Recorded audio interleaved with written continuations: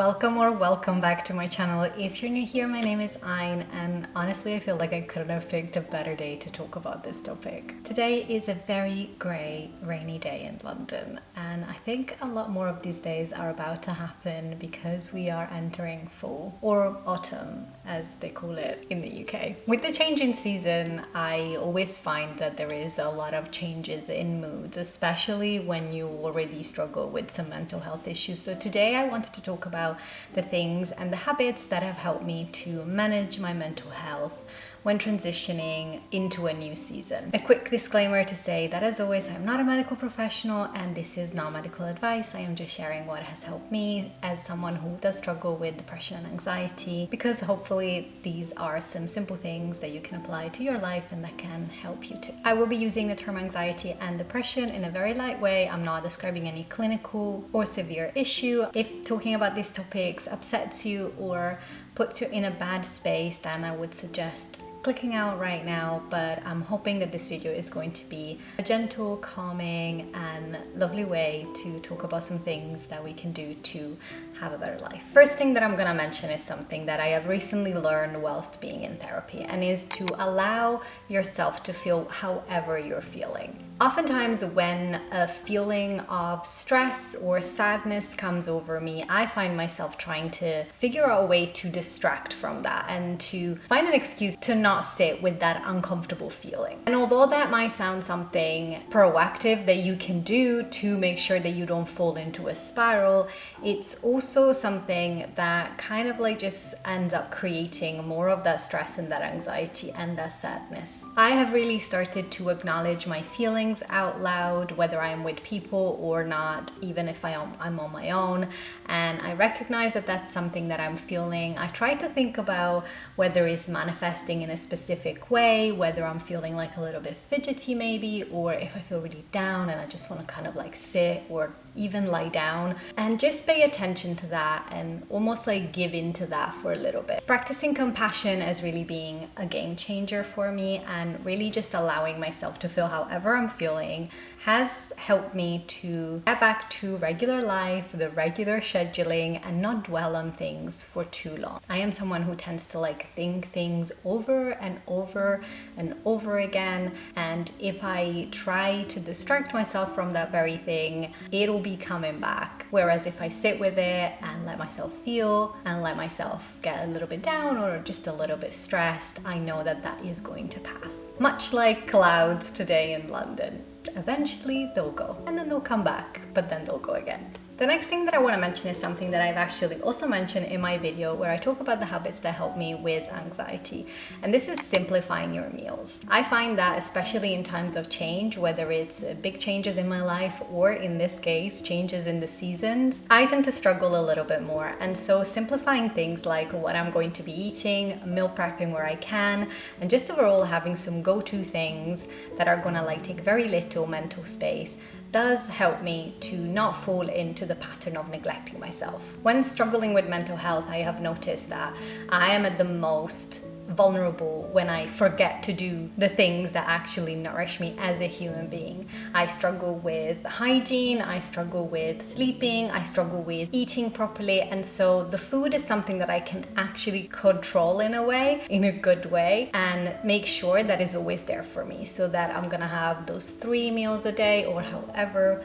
many meals you need throughout the day, some snacks and some things, and that is going to avoid adding anxiety and potentially adding that feeling of being low, because you not only feel anxious and depressed, but you also feel like you have completely let go of yourself. And along the same line of simplifying your meals, I would also say simplify your routines. So to make sure that you take care of yourself, just resort to something that may be the simplest, like go as basic as you can. It does not matter. I'll give you an example. I like to do my skincare and I like to put makeup on and I like to get ready. However, when I'm going through phases of intense anxiety and feelings of depression, I cannot do the things that I would regularly do. And I struggle struggle so much that sometimes I get into this kind of like panic mode where, because I know I'm not gonna be able to do my whole makeup or my whole skincare, I will just do none. But then that kind of spirals in me feeling like I am neglecting myself and I am just like rotting in bed, not doing anything and not wanting to see anyone. And you see that kind of like feeds into those feelings. So what I'm trying to do when I have those moments and those periods of times is I just simplify things. So I know that I'm not gonna be able to do my whole skincare routine, but I have 3 things that I'm gonna do to make sure that my personal hygiene is in place. For example, I'm gonna have a shower, I will take my makeup off if it's the evening, and I will moisturize. And what I'm gonna do is I'm just gonna like try and keep 3 that are like the very basics that I'm always going to do, and those are the very minimum effort things that I'm going to be able to do. Making it simple and easy for yourself to take care of you will actually help with that kind of feeling of not knowing how to navigate the moment. And ironically, will actually leave more space for you to feel those feelings. So you're not going to be preoccupied with all of the other things, but you're going to be able to sit with yourself and just like let yourself go through what you need to go through. When it comes to the changing seasons, what I've also noticed and what I've also learned is that a really good way to make sure that the changes doesn't disrupt your routines and doesn't cause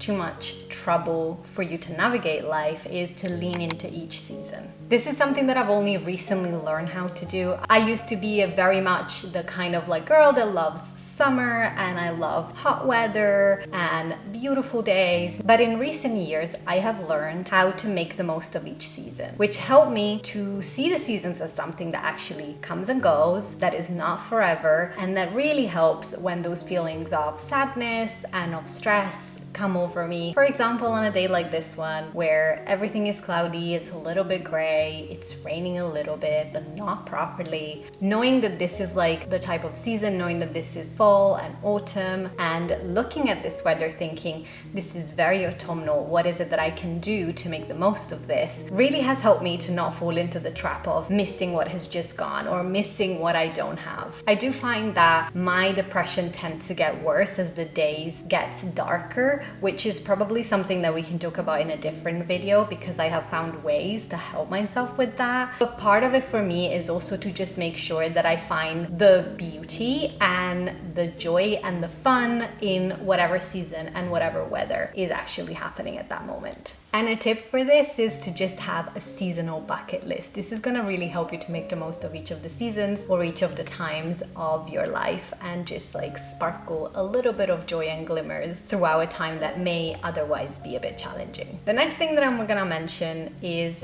to actually take care of someone else or something else. This may sound strange because when you're in a low mood and you're struggling with your mental health, a lot of the time you are not going to want to even take care of yourself. So you might be wondering, whatever do you mean taking care of someone or something else? And what I mean is sometimes we focus so much on ourselves that we lose perspective, and at least that happens to me. And when that happens, I tend to go into a spiral and I tend to really just like not being able to do even the smallest tasks. However, if I try to focus on something that is outside of me, so for example for me it's often my plants. I'm really trying to have a few more plants in the flat and I try to take care of them. I know that I have to go and check the ones in the balcony every day and make sure that everything is okay. That is a little thing that always puts me back into my routine, that takes me out of my head and that helps me to face the day with a little bit more enthusiasm than I would otherwise have if I didn't have anything else to take care of. So for you, it could be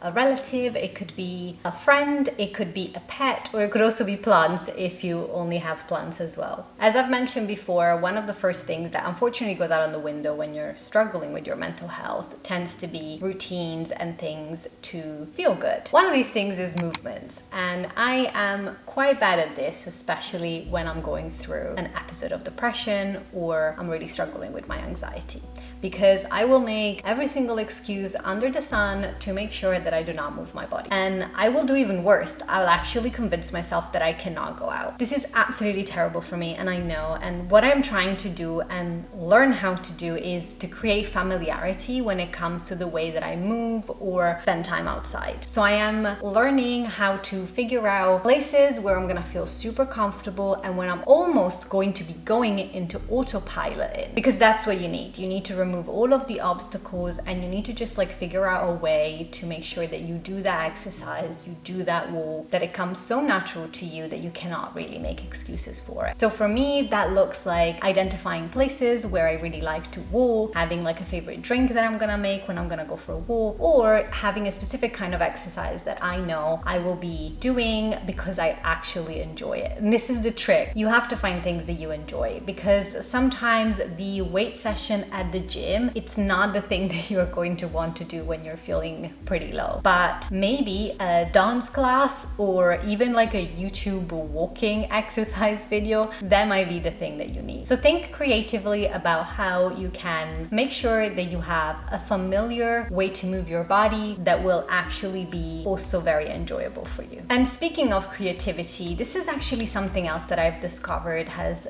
really helped me. And it's to make sure that I find creative ways to let myself feel. When I was talking about feeling your feelings and not escaping from them, I had this image of myself just sitting on a sofa, just looking very stoically and waiting for my sadness to go. And sure, sometimes you probably can do that, and I have certainly done that. But one thing that has helped me is to find ways to let the feeling manifest through something. And what better ways than being creative? I have found a lot of comfort in doing small creative things like little drawings and arranging my flowers, and also writing can be a really great outlet. You may want to sing your heart out to a song that you really love, or build something, doing a little bit of gardening, taking some photos or some videos. Whatever makes you feel like you are able to express the way you are feeling at that moment will actually be helpful and can help you to just like navigate that moment in a little bit of a gentler way than if you just sat there and waited for that feeling to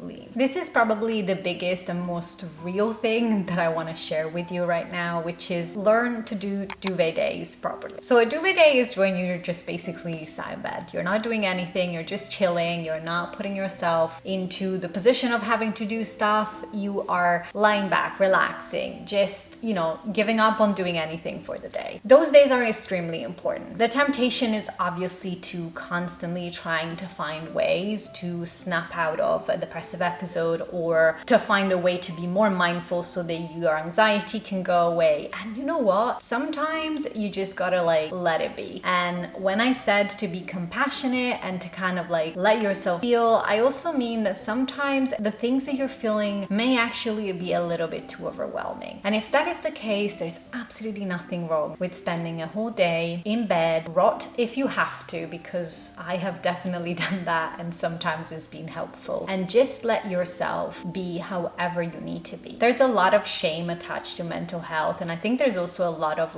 misunderstanding of what you actually need when you're struggling with your mental health. And I do feel like that being compassionate with yourself goes hand in hand with just sometimes let yourself go. Sometimes it's okay to not have to do a million things to try and feel better, to try and navigate something in a quicker way. Sometimes it's just okay to feel a little bit down and a little bit low. And I want to dwell on that for sure, but we're all humans and we all have bad days. And I think a duvet day is a really cool way to just kind of cozy up and really give yourself that internal hug that we need when we're going through something hard. And the last but not least is to ask for help. This is something that I am still very much learning to do, but that has been extremely helpful. I used to isolate myself a lot when I was going through a depressive episode, when I was really spiraling into my anxiety. I used to just isolate myself and not talk to anyone and not want to do anything. It was very lonely. I felt like no one would understand me. I felt like people were gonna think I was weak and that I was just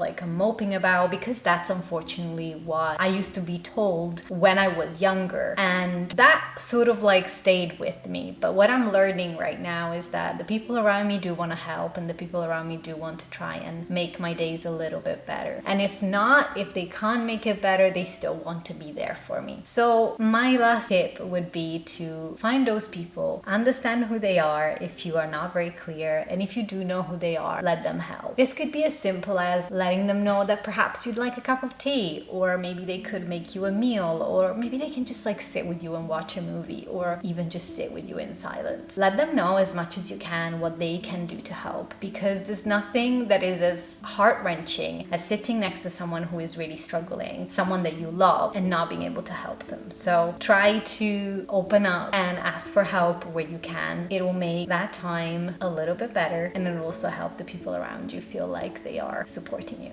And that is it for today's video. I hope you found this helpful, and if you have any tips, as always, make sure you share them in the comments. Let me know if anything particularly resonated with you. I wish you a beautiful transition into fall and into all of the other seasons to come. I hope that your mental health is going to be super strong and absolutely amazing, but if it's not, be kind to yourself, take care of yourself, and remember, you are not any less good or worthy because you struggle with your mental health. Okay, I will see you in the next video. Lots of light and love.